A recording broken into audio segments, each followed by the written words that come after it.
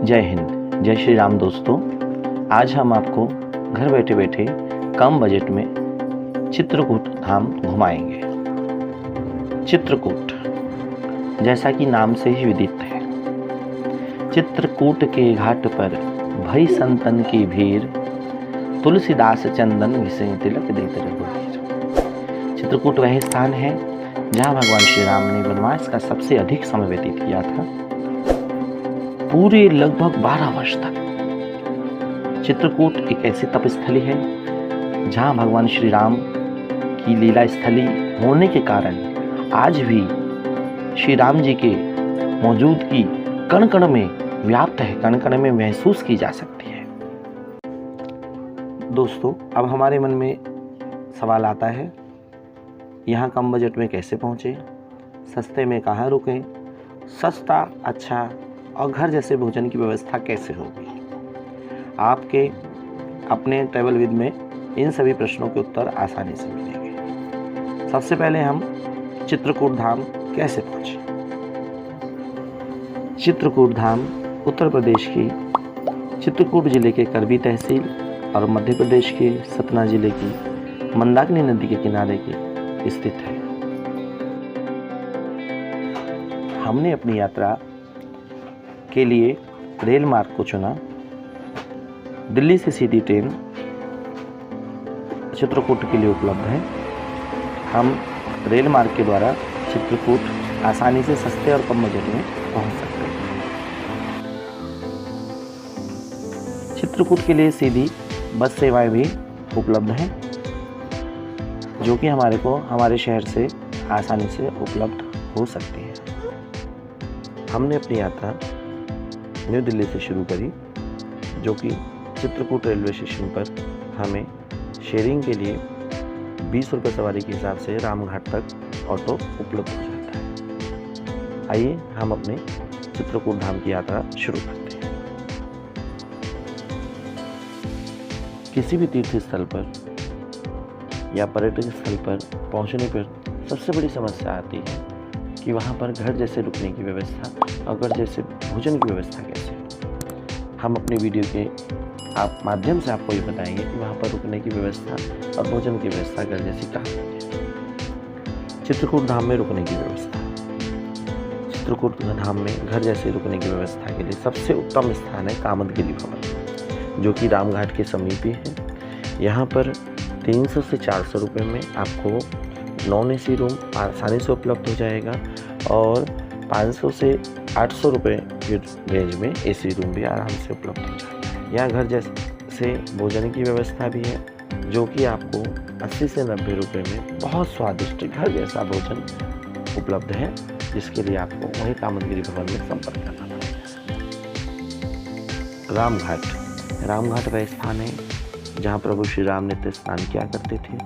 इसी घाट पर भरत मिलाप मंदिर और गोस्वामी तुलसीदास जी की सुंदर प्रतिमा भी है। मंदाकिनी नदी के तट पर बने हुए रामघाट अनेक धार्मिक क्रियाकलाप यहाँ पर चलते रहते हैं। घाट पर गेरुआ वस्त्र धारण करते हुए साधु संत भजन कीर्तन करते हुए आपको दिख जाएंगे और आपको बहुत राममय आनंदमय महसूस होगा।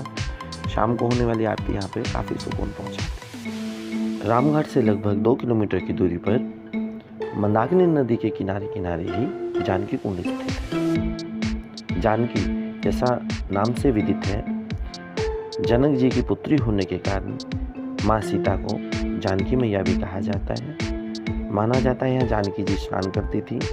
जानकी कुंड के समीप ही राम जानकी रघुवीर मंदिर और संकटमोचन हनुमान जी के मंदिर है और बहुत ही सुंदर स्थान है जानकी कुंड। हनुमान धारा, जहाँ श्री राम हो हनुमान जी ना हो ऐसा तो असंभव। पहाड़ी पर स्थित हनुमान जी का बहुत ही सुंदर दर्शनीय स्थान, जहाँ पर हनुमान जी के एक बहुत ही सुंदर स्वरूप स्थित है। मूर्ति के पीछे की तरफ ही झरने से जल गिरता है। कहा जाता है कि यह स्थान श्री राम जी ने लंका दहन से आए हनुमान जी के आराम के लिए बनवाया था। पहाड़ी पर बहुत ही सुंदर सीता रसोई भी है। यहाँ से चित्रकूट का दृश्य देखा जा सकता है। आइए हम भी हनुमान जी का दर्शन करते हैं। बोलिए श्री हनुमान जी महाराज की जय। स्फटिक शिला, जानकी कुंड से कुछ ही दूरी पर मंदाकिनी नदी के किनारे यह शिला स्थित है। माना जाता है इस शिला पर सीता मैया के पैरों के निशान अंकित है। बाकी कथा आपको यहीं के पुजारी जी के मुखारबिंद से सुनने को श्रवण करने को। भगवान ये प्राकृतिक रामायण में का उल्लेख है, जो ऐसा पत्थर सारे की खोज में है। इस पत्थर के ऊपर क्यों बैठा जाता है, भगवान क्या किए हैं, दोनों चीज में 3 मिनट में बताऊंगा, मेरे यहाँ टाइम नहीं। एक बार कुसुम सुहाय निजकर भूषण राम, सीता ही पहलाए प्रभु साधु बैठे पटक खिला अति। इसलिए कहा कि बैठो, हम बैठा है। यह भगवान रामचंद्र जी अपने जीवन काल में केवल एक बार जंगल से फूल लाए, किला में बैठ करके भगवान खुद अपने हाथों से डोली का गजरा बनाया, जगत जननी माता का श्रृंगार किया, फूलों का श्रृंगार किया। तभी इंद्र के लड़के जयंत को भ्रम हो गया कि भगवान कैसे हैं जो औरत का श्रृंगार करते। तो कौवा का रूप बनाया और माता के पैर में जब खून बहने लगा, भगवान ने तिनके का बाण मारा तो वह तीनों लोग में भगा, लेकिन कोई बचाया नहीं, क्योंकि राम के दुश्मन को खून बचा। तब नारद जी ने कहा कि तुम भगवान के पास जाओ, वही तुम्हारी रक्षा करेंगे। तब दोबारा आया, माफी मांगा, भगवान एक काम खोल देते हैं। भगवान आज भी कौवा के काम करते हैं। जैसा कि लोग बता रहे हैं मेरे पहले पे कि ये भगवान का बायां पैर है, दाहिने पैर का घुटना है, दाहिने पैर का मुंह, यानी वीर आसन की पोजीशन जो भगवान ने घुटना फेंक करके कौवा को बांध। यहाँ राम बैठे, भगवान यहाँ माता जानकी, ये माता जानकी तक ऐसा लोग मेरे पहले से देखा। पीछे लखन किला, ऊपर मंदिर। इस फटिक शिला राम जी और सीता जी यहीं बैठकर चित्रकूट की सुंदरता को निहारते थे। गुप्त गोदावरी नगर से लगभग 17 से 18 किलोमीटर की दूरी पर यह स्थान गुप्त गोदावरी स्थित है। यहाँ पर 2 गुफाएं हैं, एक चौड़ी गुफा, एक ऊंची गुफा। प्रवेश द्वार संकरा होने के कारण इसमें आसानी से नहीं घुसा जा सकता। ये धनुष नाम से कुंड है, उत्तम स्थल बताया जाते हैं गंगा गुप्त गोदावरी। इसका ये कुंड है। मैं आइए आपको दर्शन कराता हूँ, आपको दर्शन कराता हूँ उस कुंड के। कितना सुंदर ये कुंड है, ये बड़ा विहंगम दृश्य है, आप देख सकते हैं।